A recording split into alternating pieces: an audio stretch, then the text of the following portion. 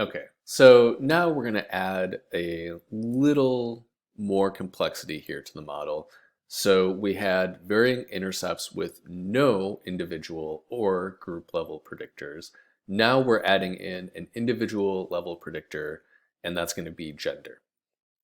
So when we go back to the setup, nothing is changing really right here, except for the fact that now, rather than just having an intercept for school in which individuals are nested, we are now adding in an individual level association, a global association, if you will, of the overall effect of being a man or a woman and your test score.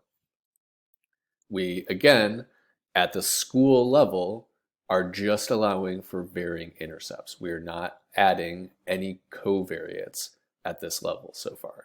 So what we're doing is we are allowing and estimating separate intercepts and regression lines for each school, but in doing so, we are still estimating and taking into account the within as well as across school variance in estimating the overall effect of going from being a man to a woman in the estimated or predicted probability of one's test score.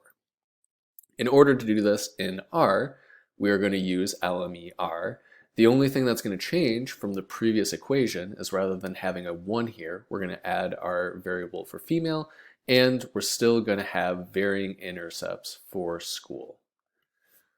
So when we run that, we can see that we do get a positive, and you can't see this because we don't have our standard errors, but likely statistically reliable relationship between female and a test score.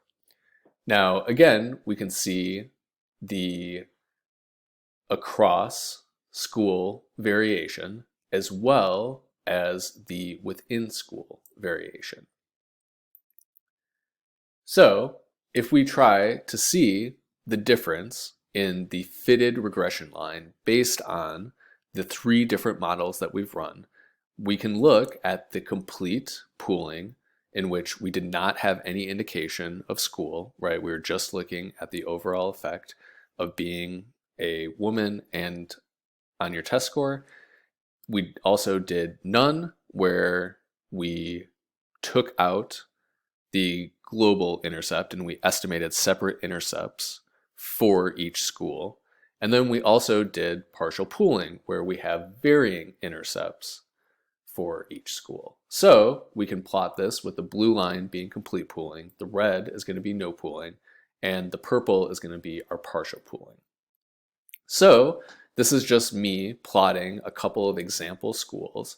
And what we can see is that just kind of right away, in all of the schools, going from male to female on average seems to increase the total score on the coursework paper.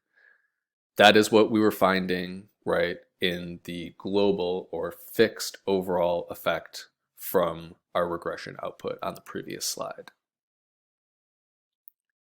We can also see that the estimated school-specific regression line from the partial pooling, so that's the purple line, lies between the complete pooling, which is the blue, and no pooling, which is the red. We can also see there's more pooling, so the purple dot is closer to the blue line, right? Because the complete pooling is the blue line in schools with smaller sample sizes. And that is because these cases are relying on schools that have more cases. That's kind of the beauty of this multi-level model.